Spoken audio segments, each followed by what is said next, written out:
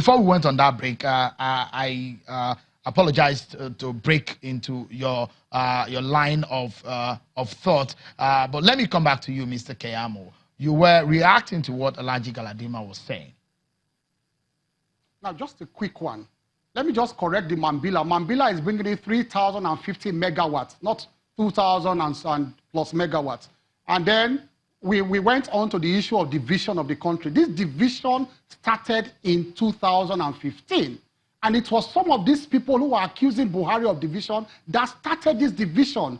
They went on air, did documentaries, painted him as a sectional leader, painted it as some kind of Fulani man leading some kind of Muslim kind of war in Nigeria and all of that. Meanwhile, they have gone back to the same Fulani man as their presidential candidate now, and they have gone back to the same Muslim man as their presidential candidate. But then they painted him in this kind of religious gap, in this kind of ethnic gap in 2015. They were the ones. Meanwhile, President Buhari never for once retorted and painted Jonathan as some kind of person promoting some Christian agenda and all of that at that time. They were the ones who planted this thing in the heads of people at that time. Let me also ask Alhaji Galadima, if President Buhari is so vengeful and so divisive, what is your daughter doing in the villa?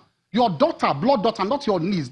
Your daughter works with the president in the villa. What is your daughter still doing there today? And you are deceiving Nigerians that you are doing some theatrics here, criticizing the president, but your daughter still works there today. Why can't you tell Nigerians that this president has a large heart to still accommodate your daughter in the villa till today? So these are just scam. Theatrics and scam that they are presenting for Nigerians because they have ulterior motives. And the ulterior motive they will soon tell Nigerians when Buhari defeats them, all of them collectively, in the next few days, they will confess and tell Nigerians the real motive behind their opposition to President Buhari. President Buhari is the first unusual president in this country that has not gone through middlemen. He has not gone through elite. He has a direct connection with the masses of this country. And for the first time, they are seeing a true leader that has a touch. Look at Buhari's rallies. Look at his rallies. The rallies are full of fervor, passion. People are connecting with him. Go and see Atiku's rally. Go and see his rally. When he manages to gather some points on small field and make it look as if they are packed, they will all fold arms and looking at him as if, well, what more do you have to say? Nobody has passion. Nobody has fervor for him. And tomorrow they will cry that the election has been rigged. We are going to come to permutations in this program, and by then I will have bad news for the opposition. Bad news as to why they cannot win these elections. Okay. Let me allow you, Alhaji Galadima, to react to those things that your friend, you were formerly in the APC together, and if I look at some of the issues here and the defections, it does look like a lot of you who were in the APC now in the PDP, even your presidential candidate are now in the PDP, was formerly in the APC. React to what he has said quickly. Well, thank you, Karian. And I thank my friend here, Festus, and I do forgive him that he's not a good student of history. And because he didn't follow Buhari, and because he didn't work for Buhari before, he wouldn't know who has put in so much on the table before he has come to start eating. If he has been there before, he wouldn't have accused my daughter of being where she is. But I would want to ask him, I've never commented on this issue before. What is her position in Buhari's government and how much is her salary? Let him go back to the villa and get me this information. When next we meet, let him place it on the table, whether she is an employee or somebody that is working for Buhari. I don't want to comment on that. And I also want to say that my daughter is a matured adult, married to somebody with 2 kids. Her first son is named after General Buhari. So they had come a long way. In the 80s, General Buhari attended her graduation, even in London, where was Festus Keyamo. And when Buhari was serving as surgeon and being tormented by the powers that be, where was Keyamo? Because simply Buhari forgets friends.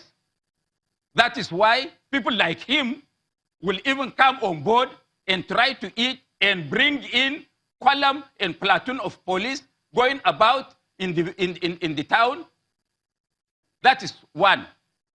2, I want to tell Festus, and he may not understand, that every campaign that Buhari goes to in an APC-controlled state, that local governments were empowered with money 20 to 45 million naira to purchase people and bring them to these rallies. And suddenly Buhari starts addressing the crowd. They all disappear. They all disappear because they must have fulfilled the contract for which they were brought in. I want to tell him that he should look at the Atiku campaign properly. That in Kaduna, Atiku gathered twice the number of people that Buhari gathered. That in Kano, one local government rally by Konkoso is more than the global rally that was organized for Buhari after spending nearly 1 billion naira. And it is shameful that somebody who writes on the issue of integrity will raise the hand of a thief, certified crook, and say, this is our candidate. Show me your friends, and I tell you who you are. And I want to say that if Festus does not know, there is no single person around Buhari that is not of the PDP extraction, including himself. Therefore, he cannot afford to abuse the PDP. I've never belonged to the PDP. I commend these elders for coming out boldly to tell the world that in Atiku, they have seen a candidate that will unite Nigeria. And even if what Festus has said was true, I want to ask him, where did Ango Abdullahi, the chairman of the Northern Elders, the largest cultural group, where was he in 2014-15? Which party did he belong to? Which party did Buba Galadima belong to from 1999 to today as I speak? Are we not present in the film you have just shown? Is he trying to hoodwink people who do not know or understand the unity of Nigeria has started from today? Alaji Galadima, let me ask you another question. Let me ask you this question. Fulani, the Ibibio, the Ijos, the Tiv, the Nupes, and of course, all the tribes of Nigeria have come out and identified with a candidate of their choice. Alaji Galadima, I'm glad. Just a moment, Alaji Galadima, if I can put this question through. Let me land now. No, let me allow you. No, because of our time, let me put this question through so that we can. Let me land. Go ahead, please. I will allow you have your way. It is not fair. It is not fair, and the man is not fair to Nigeria that they want to foist on Nigerians this kind of president. Have you seen his rallies where he raises the hands of people that have nothing to do with flag? In Delta, he gave the flag of governorship, this thing, to Ogboru as presidential candidate of the APC. He gave him the flag of a senatorial candidate of the APC. In Akwa Ibom, he gave the flag of the gubernatorial candidate to Udo Udoma. In Yobe, he gave the gubernatorial flag of the APC to Maimala Buni. You want to force such a person on Nigerians? Can't Nigerians see where we are heading to? Have you seen the presidential debate of the president with his vice? Is that the kind of person you want to tell the world that this is our president?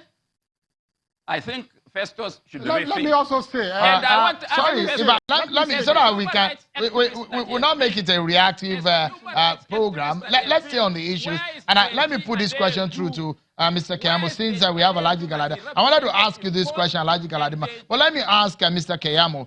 You've seen groups from the northern extraction, group from the middle belt. Alaji Galadima, just a moment. You've seen groups from the middle belt of the country, from the southeast of the country, rooting for Atiku Abubakar.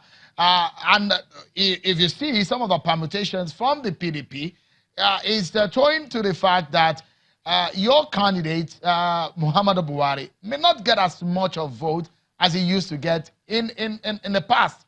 Where do you hope that you could win this election from your own permutations? Well, let me first of all say that how can Nigerians listen to Alhaji Galadima, who just made a mistake to say I was a former member of the PDP?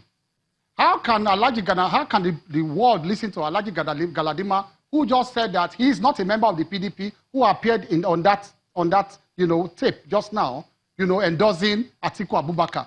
These are clear slip of tongue on his part, because the world knows that I've never been a member of the PDP. So having made that mistake on this program now, can he now say that a slip of tongue by the president, a mistake by the president when he's coming down from the steps or the flight of stairs, can he now say that it amounts to sickness? So can we now say Alhaji Galadima is sick now on this program when he made a slip of tongue saying that I was a former member of the PDP, whereas I've never been a member of the PDP? Is he suffering from dementia? Is this suffering from dementia? That but is I forgive him. The president, I forgive him. You are calling the president, I see it as a slip of tongue. It's not me. Now let me go to permutations. Thank you very much for telling the world that the president has dementia. I have bad news. No, that is what you say. Let me have bad news for the opposition. The bad news I have for the opposition is that when they think that they can make inroads into the areas of strength of the president, which are virtually about the 18 or 19 northern states, plus the Middle Belt, and the 12 core North states. In 2011, President Buhari formed CPC 6 months to the election. Now listen to this, Shehu. He had no governor, take note, in the 12 northern states. He had no senator.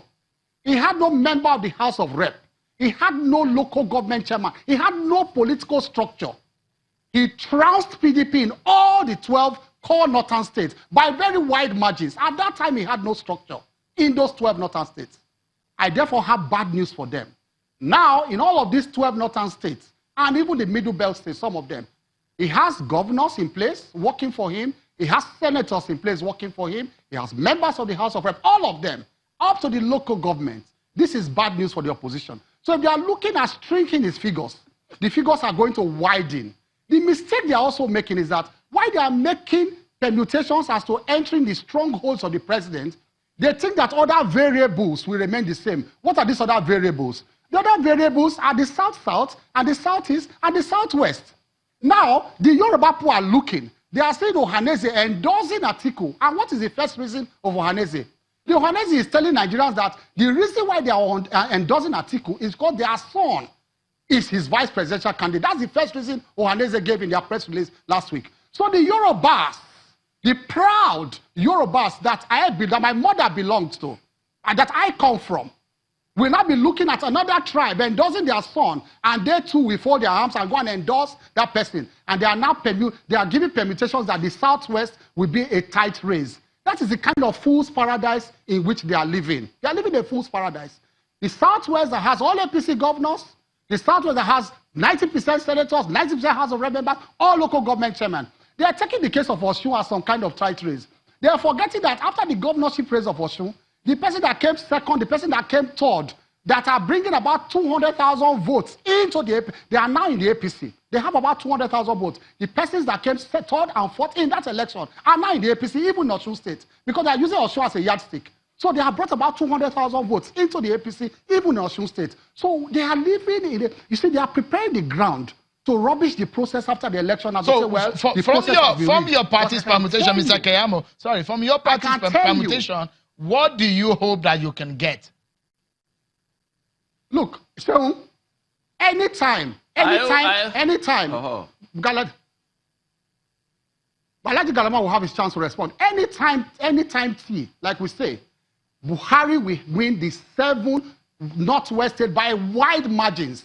And these margins you see, they are not margins of 200,000, 300. We're talking of margins of more than 1 million. Because that has always been the traditional pattern. Even when he didn't have a Boy Scout to protect his votes. At that time, the natural love of the people protected his votes for him. In the Northeast, I can tell you for free anytime, Buhari will win Yobe by 80%, 90%. He will win Borno, he will win Bauchi, he will win Gombe at any time. And he will win Adamawa. I want to tell you that one of the greatest gifts Buhari will have going to election is that he will beat Atiku Abubakar in Adamawa State. Now, in all those margins, wide margins he will get in those states, if the small differential we may suffer in some areas of weakness, down south or southeast, they cannot make up for those wide margins. It's not possible. And southwest is a foregone conclusion. Like I tell you, the Yorubas will react to what the Ohanese did. Because they cannot be foolish enough to say Ohanese endorsing their son, and they will keep quiet and say they will go and support that son. And they don't have a vice president, a professor of law, a senior advocate of Nigeria, renowned professor. They will abandon him for a China man coming from the east. Let us wait and see. February 16 is a few days from now.